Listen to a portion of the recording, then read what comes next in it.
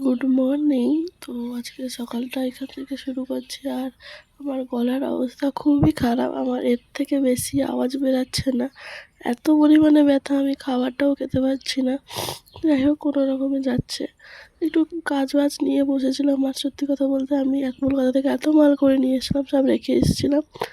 এই যে মা গেছিলো আজকে, নিয়ে এসছে, আমি সেগুলোই রেডি করছিলাম। এই যে সব কিছুই নিয়ে এসছে মা, আনন্দও লাগছিলো। যাই হোক, আজকে এই কটা মাল রেডি হয়েছে। কয়েকটা ছিল নেক পিস আর এয়ারের সেট।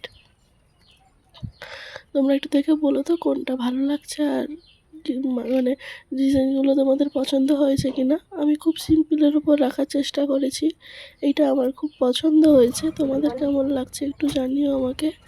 যাই হোক, তারপরে দুপুরে ছিল গলা ভাত, আলু মোলা, আর আলু বরবটি, আলু ফুলকপি ভাজা। মা খাচ্ছিলো জল ঢালা ভাত। টাটা।